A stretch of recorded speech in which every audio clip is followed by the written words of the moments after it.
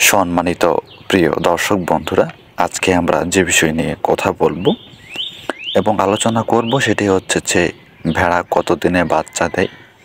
তার সাথে আমরা জানব ক্রস এবং গাড়ল বছরে কয়টি করে বাচ্চা দেয়। তো প্রথমে আমরা ভেড়ার বিষয়টা নিয়ে আলোচনা করি। ভেড়া সাধারণত আপনার 5 মাস কিংবা 6 মাস পর পর বাচ্চা দিয়ে থাকে। একটি ভেড়া বছরে 2টি থেকে 3টি পর্যন্ত বাচ্চা দেয়। আর ভেড়ার খাবার অনেক সহজলভ্য আর জায়গাও কম লাগে। অর্থাৎ একটি দেশি ভেড়া ছোট থেকে বড় হওয়ার 6 কিংবা 5 মাস পরে সে প্রথম গর্ভধারণের জন্য উপযুক্ত হয়। তারপর তাকে পাল দেওয়ার পরে আবার 6 মাস আপনাকে অপেক্ষা করতে হবে বাচ্চা পাওয়ার জন্য কিংবা 5 মাস। তারপরে আপনি 2টা যদি সৃষ্টিকর্তা সহায় থাকেন তাহলে আপনি 3টাও বেঁচে বাচ্চা পেতে পারেন। এই জন্য আপনাকে সঠিক পরিচর্যা এবং যত্ন করতে হবে। আর অবশ্যই আপনি যদি ভালো বাচ্চা পেতে চান অবশ্যই মা গাড়ল বা মা ভেড়াকে ঠিকমতো খাবার দিতে হবে এবং ভালো পাঠা দিয়ে পাল দিতে হবে। এখন প্রিয় বন্ধুরা, আমরা জানব যে ক্রস গাড়ল বছরে কয়টি বাচ্চা দেয়। ক্রস গাড়ল আপনার বছরে 2টি বাচ্চা দেয়।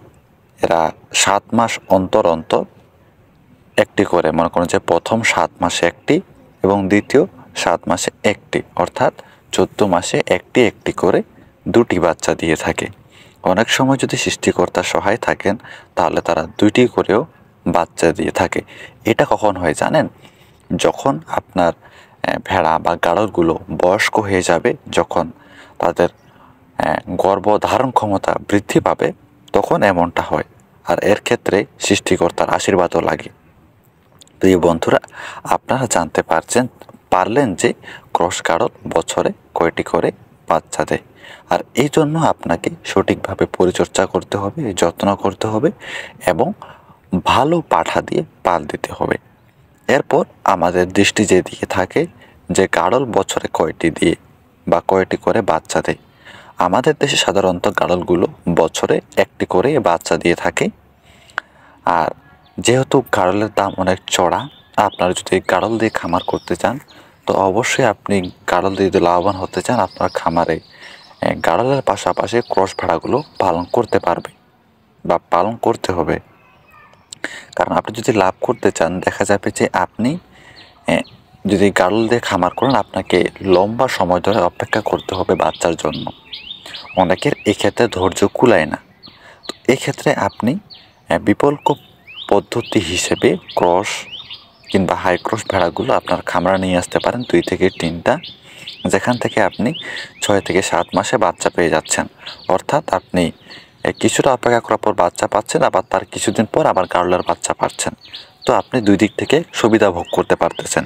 তাহলে আপনার বাচ্চাগুলোর জন্য 6 থেকে 7 মাস অপেক্ষা করার পর বাচ্চাগুলোকে বিক্রি করে দিচ্ছেন। তো এইভাবে ইনকামটা আসে।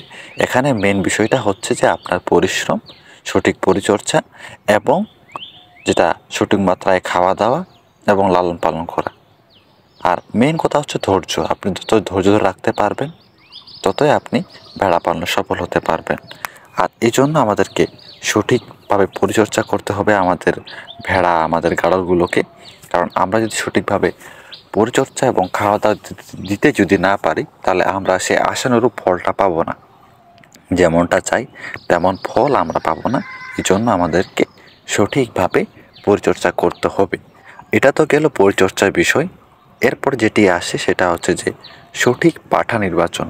আমাদের খামারের জন্য একটা সঠিক পাঠা নির্বাচন করতে হবে, যেটা হবে অনেক কম বয়সী না আবার অনেক বেশি বয়সী না, এবং উপযুক্ত শক্তপোক্ত এবং ভালো মানের পাঠা লাগবে, যাতে করে সেই পাঠা দ্বারা আমাদের খামারটি ভালোভাবে বৃদ্ধি হয়। আর 10 থেকে 12টি কিংবা 15টি ভেড়ার জন্য একটা ভালো মানের পাঠাই যথেষ্ট। আর অবশ্যই আমাদেরকে সঠিক পদ্ধতিতে পালন করতে হবে এবং যে পদ্ধতিগুলো আমাদের অনুসরণ করা প্রয়োজন দরকার সেগুলো আমাদেরকে করতে হবে। কারণ ভেড়া পালনের ক্ষেত্রে ছোট ছোট বিষয় এগুলো অনেক বড় বিষয় হয়ে দাঁড়ায় অনেকের জন্য। তো বিষয়গুলো যদি আমরা মনোযোগ সহকারে গুরুত্ব সহকারে বোঝার চেষ্টা করি তাহলে আমরা অল্পতেই বুঝতে পারবো। আর যদি মনোযোগ সহকারে যদি না বোঝার চেষ্টা করি তাহলে আমরা কোনোদিনও বুঝতে পারবো না। এই জন্য আমাদেরকে মনোযোগ দিয়ে এই কাজগুলো করতে হবে।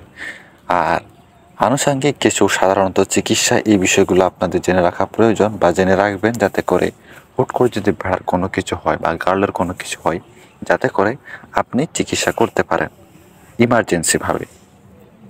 আর অবশ্যই যে কাজগুলো করবেন, যেগুলো টিকা আছে, পিপিআর টিকা, কৃমির ডোজ, নিয়মিত এই চিকিৎসাগুলো করাবেন, যাতে করে আপনার খামারের ভেড়াগুলো সুস্থ এবং সবল থাকে। আর একটা ভালো খামারের ক্ষেত্রে সুস্থ সবল ভেড়া অনেক প্রয়োজন।